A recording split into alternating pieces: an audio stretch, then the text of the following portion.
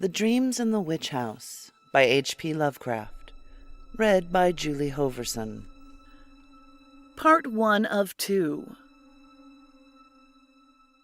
Whether the dreams brought on the fever or the fever brought on the dreams, Walter Gilman did not know.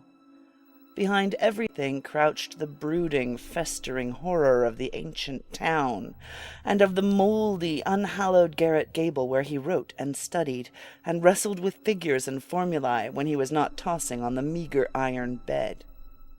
His ears were growing sensitive to a preternatural and intolerable degree, and he had long ago stopped the cheap mantel clock, whose ticking had come to seem like a thunder of artillery. At night, the subtle stirring of the black city outside, the sinister scurrying of rats in the wormy partitions, and the creaking of hidden timbers in the centuried house were enough to give him a sense of strident pandemonium. The darkness always teemed with unexplained sound, and yet he sometimes shook with fear lest the noises he heard should subside, and allow him to hear certain other, fainter noises which he suspected were lurking behind them. He was in the changeless, legend-haunted city of Arkham, with its clustering gambrel roofs that sway and sag over attics where witches hid from the king's men in the dark olden years of the province. Nor was any spot in that city more steeped in macabre memory than the gable room which harbored him, for it was this house and this room which had likewise harbored old Keziah Mason, whose flight from Salem Gaol at the last no one was ever able to explain.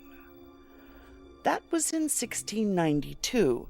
The gaoler had gone mad and babbled of a small, white-fanged furry thing which scuttled out of Keziah's cell, and not even Cotton Mather could explain the curves and angles smeared on the grey stone walls with some red, sticky fluid.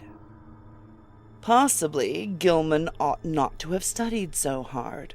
Non-euclidian calculus and quantum physics are enough to stretch any brain, and when one mixes them with folklore and tries to trace a strange background of multi-dimensional reality behind the ghoulish hints of the Gothic tales and the wild whispers of the chimney corner, one can hardly expect to be wholly free from mental tension.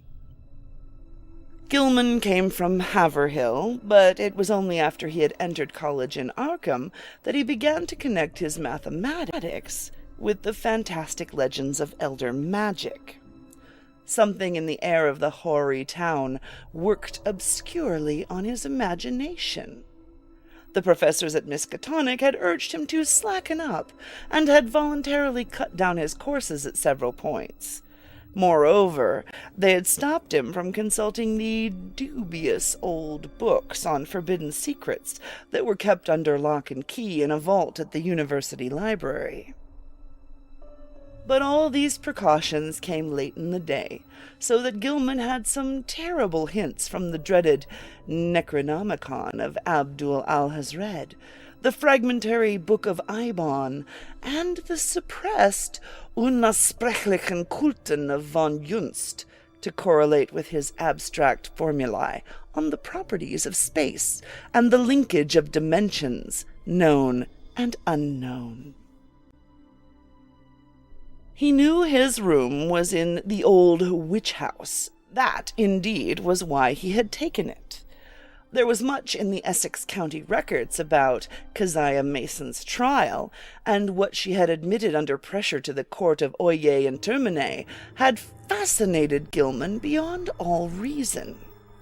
She had told Judge Hathorne of lines and curves that could be made to point out directions leading through the walls of space to other spaces beyond, and had implied that such lines and curves were frequently used at certain midnight meetings in the dark valley of the White Stone beyond Meadow Hill, and on the unpeopled island in the river. She had spoken also of the black man, of her oath, and of her new secret name of Nahab. Then she had drawn those devices on the walls of her cell and vanished. Gilman believed strange things about Keziah, and had felt a queer thrill on learning that her dwelling was still standing after more than 235 years. When he heard the hushed Arkham whispers about Keziah's persistent presence in the old house and the narrow streets, about the irregular human tooth marks left on certain sleepers in that and other houses, about the childish cries heard near May Eve and Hallowmass, about the stench often noted in the old house's attic just after those dreaded seasons, and about the small, furry, sharp-toothed thing which haunted the mouldering structure and the town, and nuzzled people curiously in the black hours before dawn. He resolved to live in the place at any cost. A room was easy to secure, for the house was unpopular, hard to rent, and long given over to cheap lodgings. Gilman could not have told what he expected to find there, but he knew he wanted to be in the building where some circumstance had more or less suddenly given a mediocre old woman of the 17th century an insight into mathematical depths perhaps beyond the utmost modern delvings of Planck, Heisenberg, Einstein, and De Sitter. He studied the timber and plaster walls for traces of cryptic designs at every accessible spot where the paper had peeled, and within a week managed to get the eastern attic room where Keziah was held to have practiced her spells. It had been vacant from the first, for no one had ever been willing to stay there long, but the Polish landlord had grown wary about renting it. Yet nothing whatever happened to Gilman till about the time of the fever. No ghostly Keziah flitted through the somber halls and chambers. No small furry thing crept into his dismal eyrie to nuzzle him. And no record of the witch's incantations rewarded his constant search. Sometimes he would take walks through shadowy tangles of unpaved, musty-smelling lanes, where eldritch brown houses of unknown age leaned and tottered and leered mockingly through narrow, small-paned windows. Here he knew strange things had happened once, and there was a faint suggestion behind the surface that everything of that monstrous past might not, at least in the darkest, narrowest, and most intricately crooked alleys, have utterly perished. He also rowed out twice to the ill-regarded island in the river, and made a sketch of the singular angles described by the moss-grown rows of grey-standing stones, whose origin was so obscure and immemorial. Gilman's room was of good size, but queerly irregular shape, the north wall slanting perceptibly inward from the outer to the inner end, while the low ceiling slanted gently downward in the same direction. Aside from an obvious rat-hole and the signs of other stopped-up ones, there was no access, nor any appearance of a former avenue of access, to the space which must have existed between the slanting wall and the straight outer wall on the house's north side, though a view from the exterior showed where a window had been boarded up at a very remote date. The loft above the ceiling, which must have had a slanting floor, was likewise inaccessible. When Gilman climbed up a ladder to the cobwebbed level loft above the rest of the attic, he found vestiges of a bygone aperture, tightly and heavily covered with ancient planking, and secured by the stout wooden pegs common in colonial carpentry. No amount of persuasion, however, could induce the stolid landlord to let him investigate either of these two closed spaces. As time wore along, his absorption in the irregular wall and ceiling of his room increased, for he began to read into the odd angles a mathematical significance which seemed to offer vague clues regarding their purpose. Old Keziah, he reflected, might have had excellent reasons for living in a room with peculiar angles, for was it not through certain angles that she claimed to have gone outside the boundaries of the world of space we know? his interest gradually veered away from the unplumbed voids beyond the slanting surfaces, since it now appeared that the purpose of those surfaces concerned the side he was on. The touch of brain fever in the dreams began early in February. For some time, apparently, the curious angles of Gilman's room had been having a strange, almost hypnotic effect on him, and as the bleak winter advanced, he had found himself staring more and more intently at the corner where the down-slanting ceiling met the inward-slanting wall. About this period, his inability to concentrate on his formal studies worried him considerably, his apprehensions about the mid-year examinations being very acute. But the exaggerated sense of hearing was scarcely less annoying. Life had become an insistent and almost unendurable cacophony, and there was that constant, terrifying impression of other sounds, perhaps from regions beyond life, trembling on the very brink of audibility. So far as the concrete noises went, the rats in the ancient partitions were the worst. Sometimes their scratching seemed not only furtive, but deliberate. When it came from beyond the slanting north wall, it was mixed with a sort of dry rattling, and when it came from the century-closed loft above the slanting ceiling, Gilman always braced himself, as if expecting some horror which only bided its time before descending to engulf him utterly.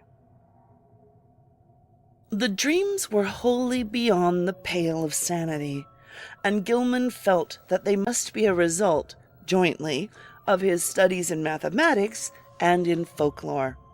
He had been thinking too much about the vague regions which his formulae told him must lie beyond the 3 dimensions we know, and about the possibility that old Keziah Mason, guided by some influence past all conjecture, had actually found the gate to those regions.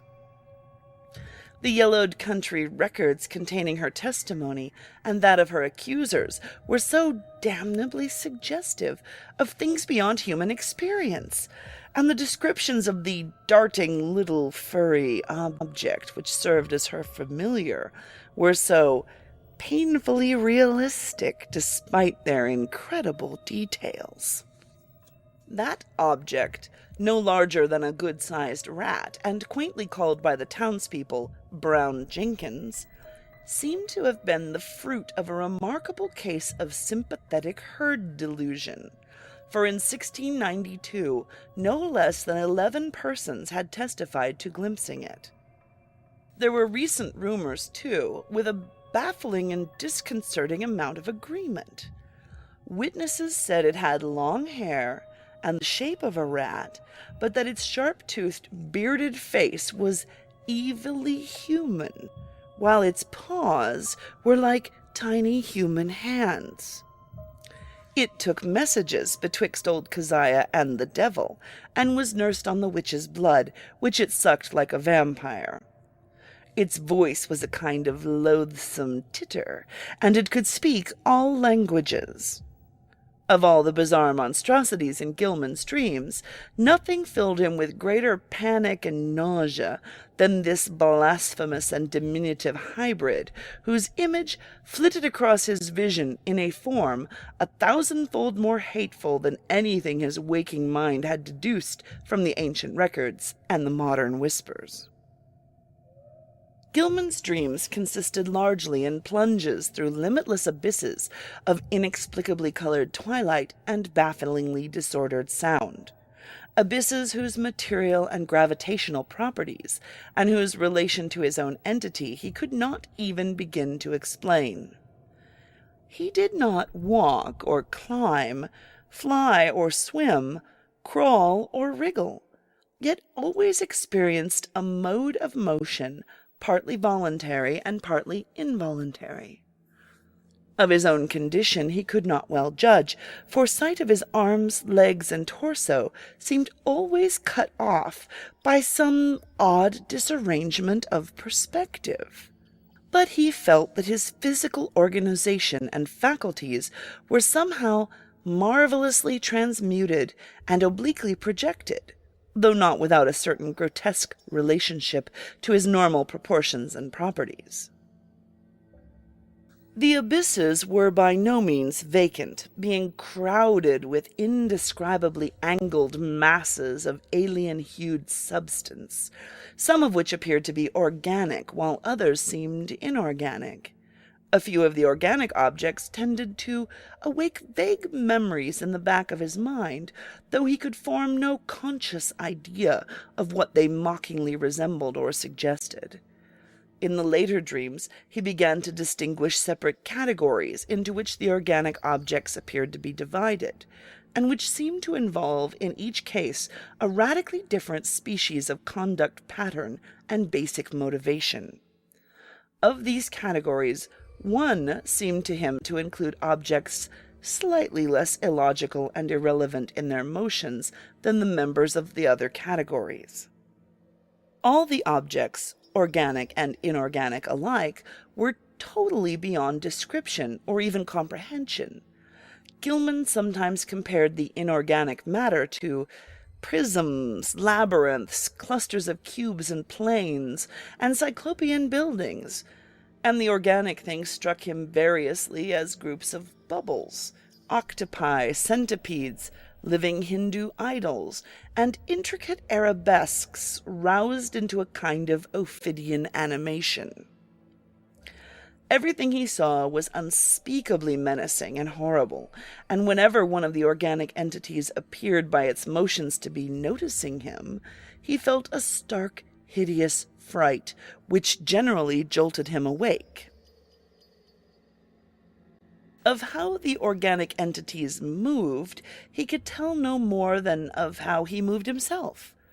In time he observed a further mystery, the tendency of certain entities to appear suddenly out of empty space, or to disappear totally with equal suddenness. The shrieking, roaring confusion of sound which permeated the abysses was past all analysis as to pitch, timbre, or rhythm, but seemed to be synchronous with vague visual changes in all the indefinite objects, organic and inorganic alike. Gilman had a constant sense of dread that it might rise to some unbearable degree of intensity during one or another of its obscure, relentlessly inevitable fluctuations. But it was not in these vortices of complete alienage that he saw Brown Jenkin.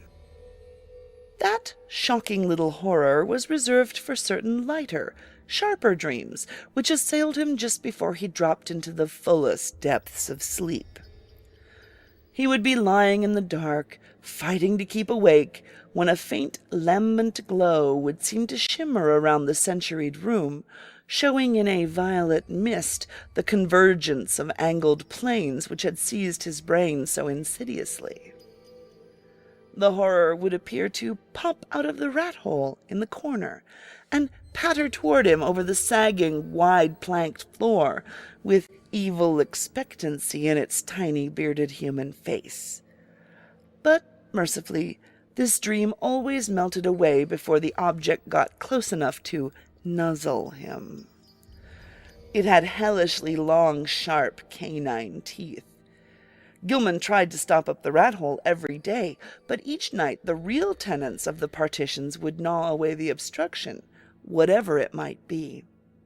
Once he had the landlord nail a tin over it, but the next night the rats gnawed a fresh hole, in making which they pushed or dragged out into the room a curious little fragment of bone.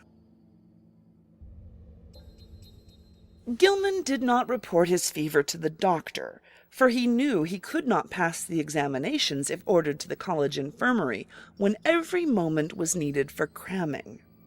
As it was, he failed in Calculus D and advanced general psychology, though not without hope of making up lost ground before the end of the term. it was in March when the fresh element entered his lighter preliminary dreaming, and the nightmare shape of Brown Jenkin began to be companioned by the nebulous blur which grew more and more to resemble a bent old woman. This addition disturbed him more than he could account for, but finally he decided that it was like an ancient crone whom he had twice actually encountered in the dark tangle of lanes near the abandoned wharves. On those occasions, the evil, sardonic, and seemingly unmotivated stare of the beldame had set him almost shivering, especially the first time when an overgrown rat darting across the shadowed mouth of a neighboring alley had made him think irrationally of Brown Jenkin. Now, he reflected, those nervous fears were being mirrored in his disordered dreams. That the influence of the old house was unwholesome he could not deny, but traces of his early morbid interest still held him there.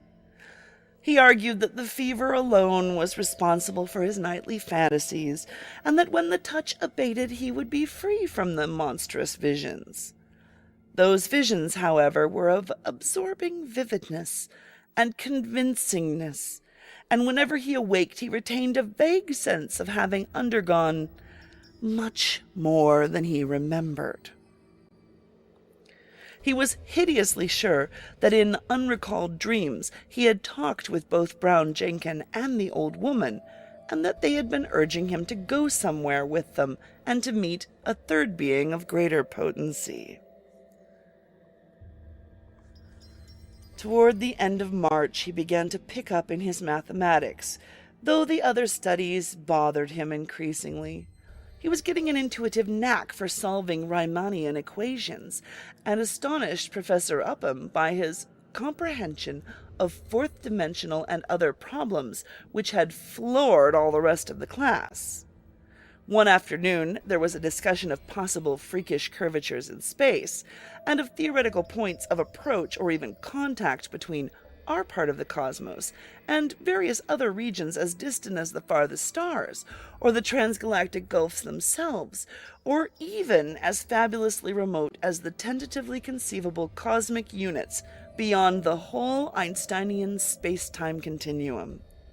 Gilman's handling of this theme filled everyone with admiration, even though some of his hypothetical illustrations caused an increase in the always plentiful gossip about his nervous and solitary eccentricity.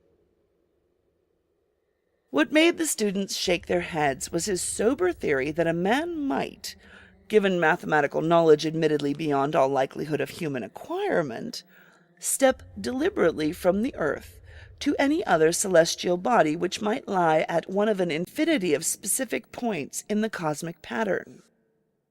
Such a step, he said, would require only two stages. First, a passage out of the three-dimensional sphere we know, and second, a passage back to the three-dimensional sphere at another point, perhaps one of infinite remoteness. That this could be accomplished without loss of life was in many cases conceivable. Any being from any part of three-dimensional space could probably survive in the fourth dimension, and its survival of the second stage would depend upon what alien part of three-dimensional space it might select for its re-entry. Denizens of some planets might be able to live on certain others, even planets belonging to other galaxies or to similar dimensional phases of other space-time continua, though, of course, there must be vast numbers of mutually uninhabitable, even though mathematically juxtaposed, bodies or zones of space. It was also possible that the inhabitants of a given dimensional realm could survive entry to many unknown and incomprehensible realms of additional or indefinitely multiplied dimensions, be they within or outside the given space-time continuum, and that the converse would be likewise true. This was a matter for speculation, though one could be fairly certain that the type of mutation involved in a passage from any given dimensional plane to the next higher one would not be destructive of biological integrity as we understand it. Gilman could not be very clear about his reasons for this last assumption, but his haziness here was more than overbalanced by his clearness on other complex points. Professor Upham especially liked his demonstration of the kinship of higher mathematics to certain phases of magical lore transmitted down the ages from an ineffable antiquity, human or pre-human, whose knowledge of the cosmos and its laws was greater than ours. Around the 1st of April, Gilman worried considerably because his slow fever did not abate. He was also troubled by what some of his fellow lodgers said about his sleepwalking. It seemed that he was often absent from his bed, and that the creaking of his floor at certain hours of the night was remarked by the man in the room below. This fellow also spoke of hearing the tread of shod feet in the night, but Gilman was sure he must have been mistaken in this, since shoes, as well as other apparel, were always precisely in place in the morning. One could develop all sorts of aural delusions in this morbid old house, for did not Gilman himself, even in daylight, now feel certain that noises other than rat-scratching came from the black voids beyond the slanting wall and above the slanting ceiling? His pathologically sensitive ears began to listen for faint footfalls in the immemorially sealed loft overhead, and sometimes the illusion of such things was agonizingly realistic. However, he knew that he had actually become a somnambulist, for twice at night his room had been found vacant, though with all his clothing in place. Of this he had been assured by Frank Elwood, the one fellow student whose poverty forced him to room in this squalid and unpopular house. Elwood had been studying in the small hours, and had come up for help on a differential equation, only to find Gilman absent. It had been rather presumptuous of him to open the unlocked door after knocking had failed to rouse a response, but he had needed the help very badly, and thought that his host would not mind a gentle prodding awake. On neither occasion, though, had Gilman been there, and when told of the matter, he wondered where he could have been wandering, barefoot and with only his night-clothes on. He resolved to investigate the matter, if reports of his sleepwalking continued, and thought of sprinkling flour on the floor of the corridor to see where his footsteps might lead. The door was the only conceivable egress, for there was no possible foothold outside the narrow window. As April advanced, Gilman's fever-sharpened ears were disturbed by the whining prayers of a superstitious loom-fixer named Joe Mazurowitz, who had a room on the ground floor.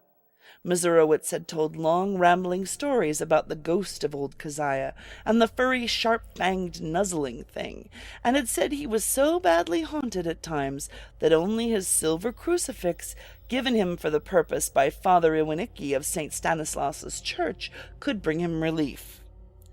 Now he was praying because the witches' Sabbath was drawing near.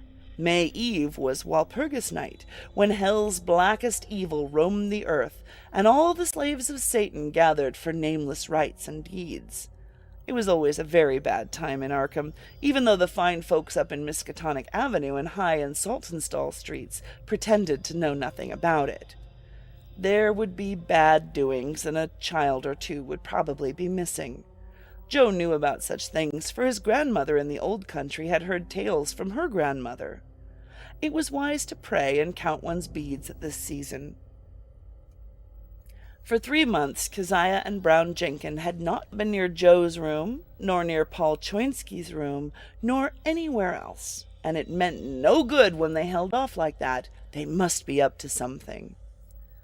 Gilman dropped in at the doctor's office on the 16th of the month, and was surprised to find his temperature was not as high as he had feared. The physician questioned him sharply, and advised him to see a nerve specialist. On reflection, he was glad he had not consulted the still more inquisitive college doctor. Old Waldron, who had curtailed his activities before, would have made him take a rest. An impossible thing now that he was so close to great results in his equations. He was certainly near the boundary between the known universe and the fourth dimension, and who could say how much farther he might go? But even as these thoughts came to him, he wondered at the source of his strange confidence. Did all of this perilous sense of imminence come from the formulae on the sheets he covered day by day? The soft, stealthy, imaginary footsteps in the sealed loft above were unnerving. And now, too, there was a growing feeling that somebody was constantly persuading him to do something terrible which he could not do. How about the somnambulism? Where did he go sometimes in the night? And what was that faint suggestion of sound which once in a while seemed to trickle through the confusion of identifiable sounds even in broad daylight and full wakefulness? Its rhythm did not correspond to anything on earth, unless perhaps to the cadence of one or two unmentionable Sabbath chants. And sometimes he feared it corresponded to certain attributes of the vague shrieking or roaring in those wholly alien abysses of dream. The dreams were meanwhile getting to be atrocious. In the lighter preliminary phase, the evil old woman was now of fiendish distinctness, and Gilman knew she was the one who had frightened him in the slums.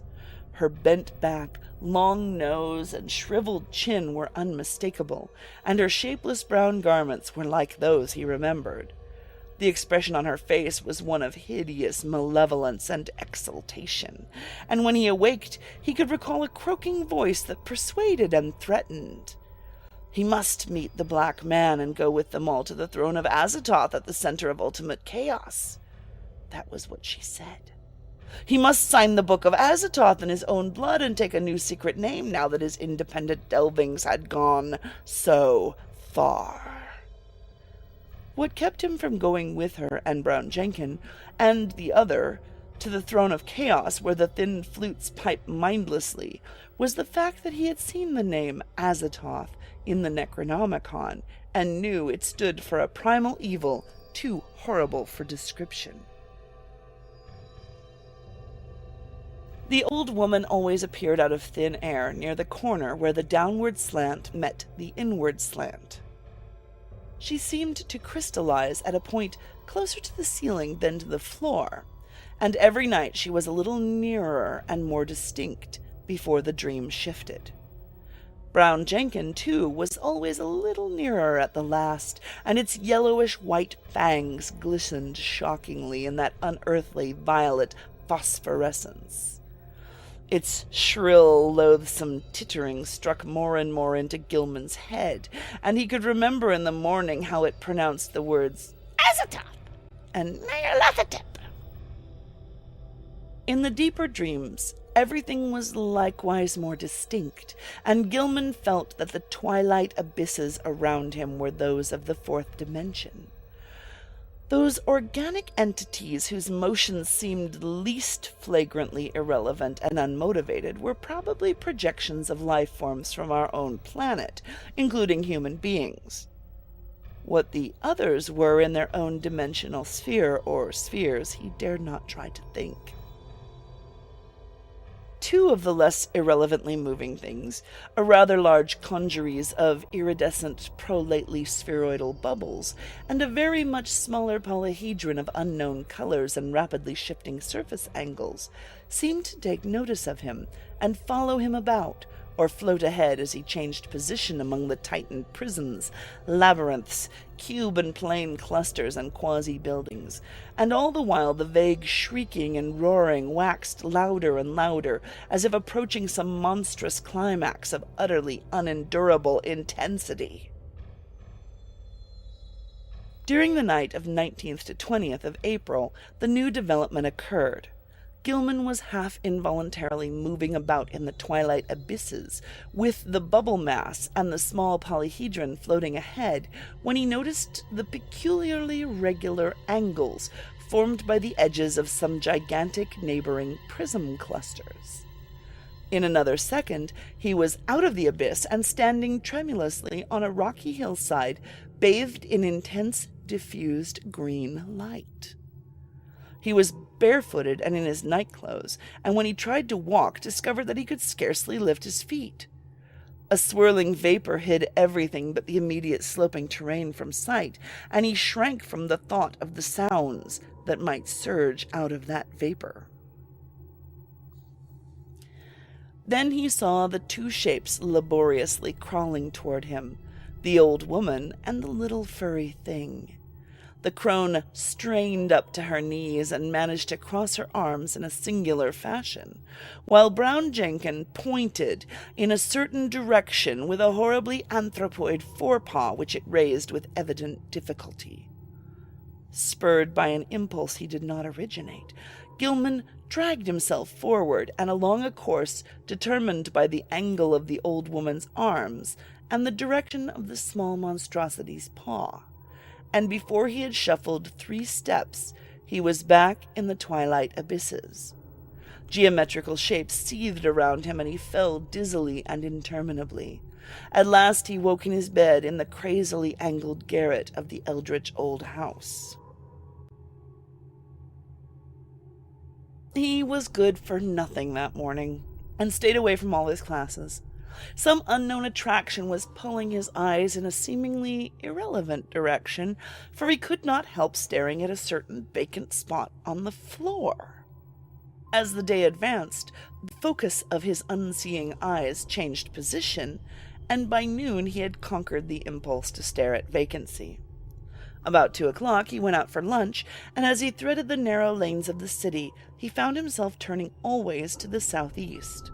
Only an effort halted him at a cafeteria in Church Street, and after the meal he felt the unknown pull still more strongly. He would have to consult a nerve specialist after all. Perhaps there was a connection with his somnambulism, but meanwhile he might at least try to break the morbid spell himself. Undoubtedly he could still manage to walk away from the pull, so with great resolution he headed against it, and dragged himself deliberately north along Garrison Street. By the time he had reached the bridge over the Miskatonic, he was in a cold perspiration, and he clutched at the iron railing as he gazed upstream at the ill-regarded island, whose regular lines of ancient standing stones brooded sullenly in the afternoon sunlight. Then he gave a start, for there was a clearly visible living figure on that desolate island, and a second glance told him it was certainly the strange old woman whose sinister aspect had worked itself so disastrously into his dreams. The tall grass near her was moving, too, as if some other living thing were crawling close to the ground. When the old woman began to turn toward him, he fled precipitately off the bridge and into the shelter of the town's labyrinthine waterfront alleys. Distant though the island was, he felt that a monstrous and invincible evil could flow from the sardonic stare of that bent, ancient figure in brown. The southeastward's pull still held, and only with tremendous resolution could Gilman drag himself into the old house and up the rickety stairs.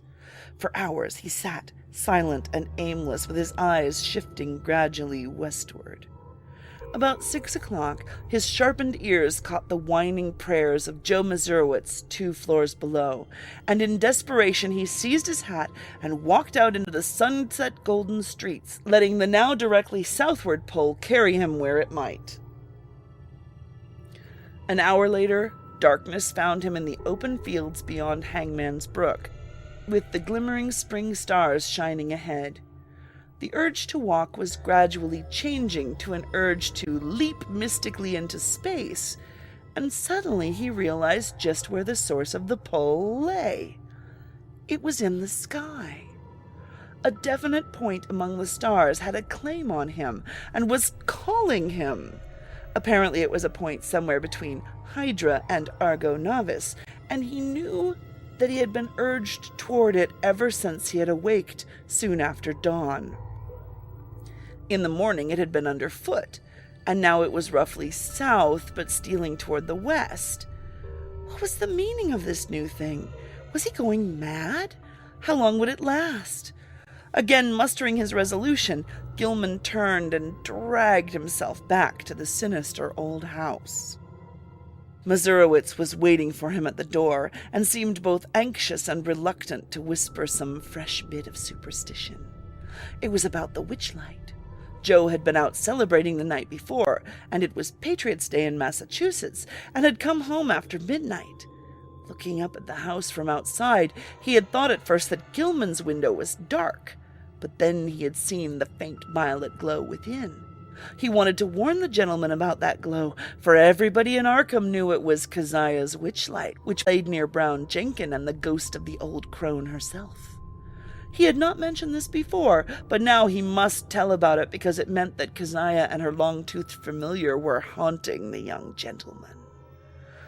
Sometimes he and Paul Choinsky and landlord Dombrowski thought they saw that light seeping out of cracks in the sealed loft above the young gentleman's room, but they had all agreed not to talk about that. However, it would be better for the gentleman to take another room and get a crucifix from some good priest like Father Iwanicki.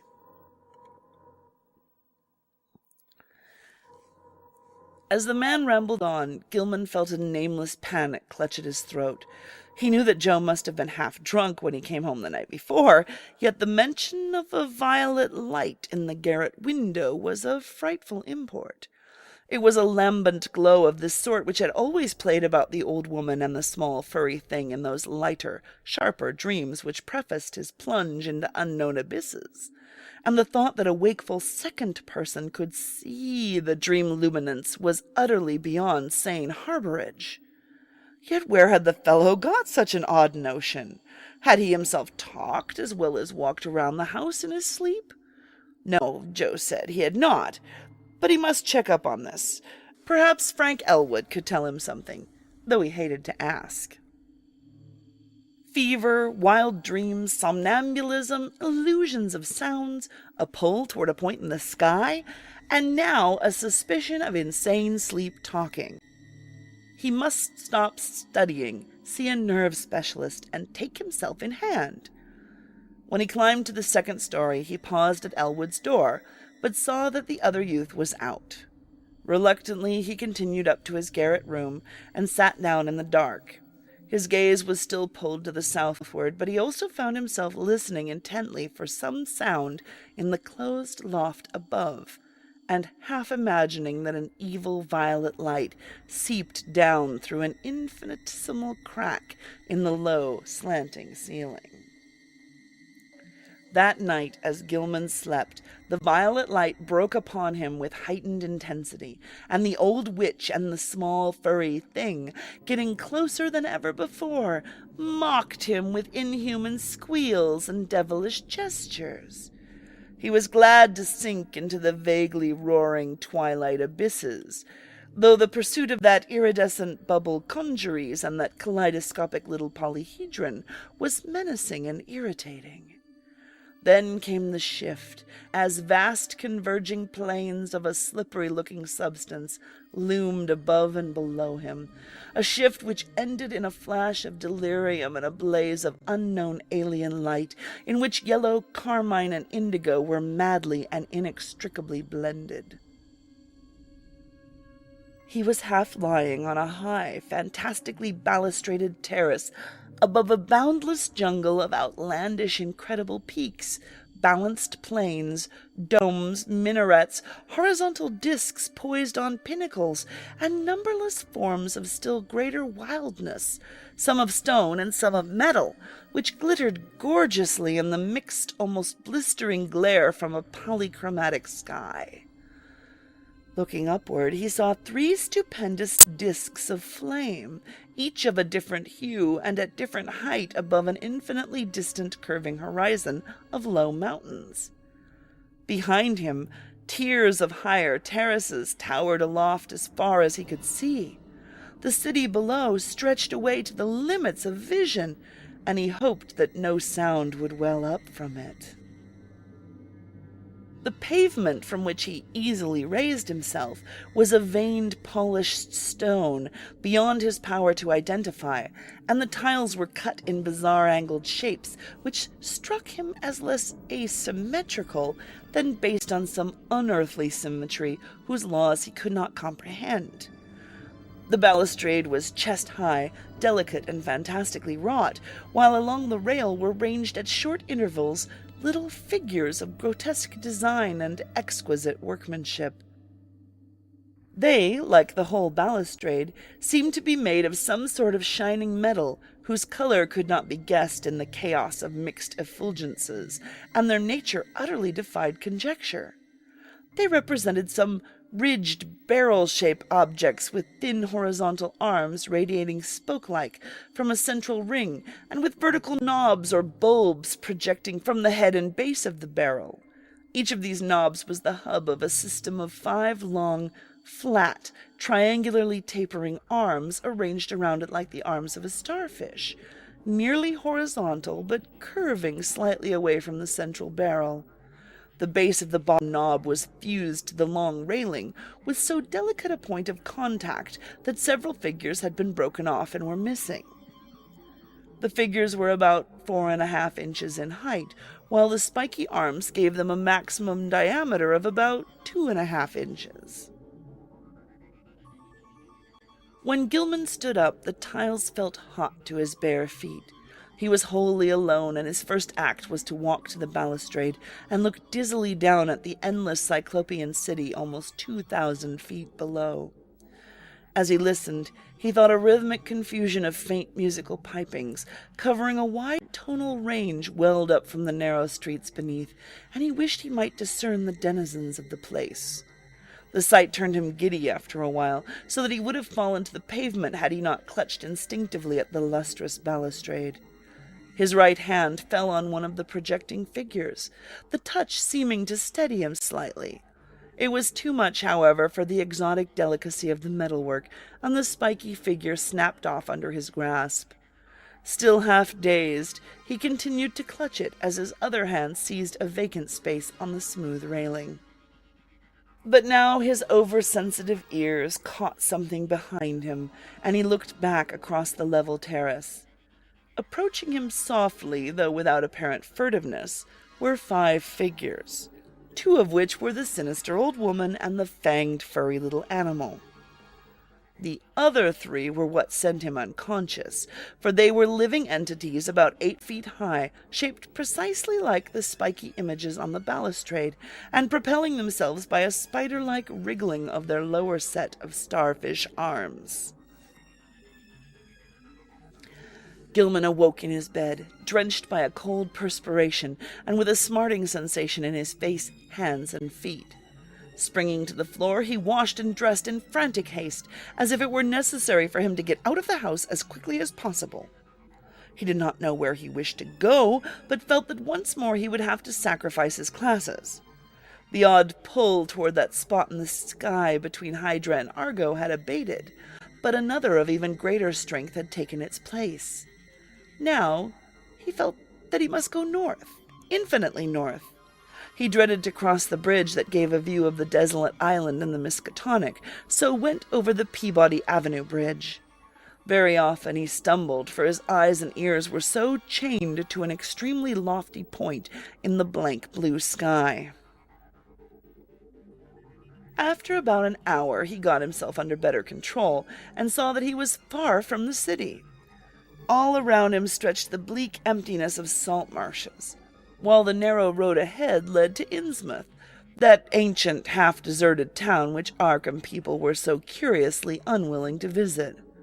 Though the northward pull had not diminished, he resisted it as he had resisted the other pull, and finally found that he could almost balance the one against the other. Plodding back to town and getting some coffee at a soda fountain, he dragged himself to the public library and browsed aimlessly among the lighter magazines. Once he met some friends who remarked how oddly sunburned he looked, but he did not tell them of his walk. At 3 o'clock he took some lunch at a restaurant, noting meanwhile that the pull had either lessened or divided itself. After that he killed the time at a cheap cinema show, seeing the inane performance over and over again without paying any attention to it. About 9 at night he drifted homeward and shuffled into the ancient house. Joe Mazurowitz was whining unintelligible prayers, and Gilman hastened up to his own garret chamber without pausing to see if Elwood was in. It was when he turned on the feeble electric light that the shock came. At once he saw there was something on the table which did not belong there, and a second look left no room for doubt. Lying on its side, for it could not stand up alone, was the exotic, spiky figure which in his monstrous dream he had broken off the fantastic balustrade. No detail was missing. The ridged, barrel-shaped center, the thin, radiating arms, the knobs at each end, and the flat, slightly outward-curving starfish arms spreading from those knobs. All were there. In the electric light, the color seemed to be a kind of iridescent gray veined with green, and Gilman could see amidst his horror and bewilderment that one of the knobs ended in a jagged break, corresponding to its former point of attachment to the dream railing.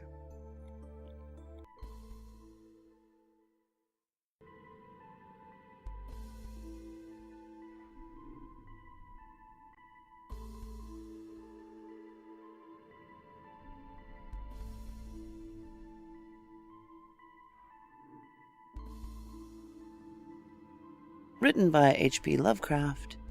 Read by Julie Hoverson. Music from The Brotherhood.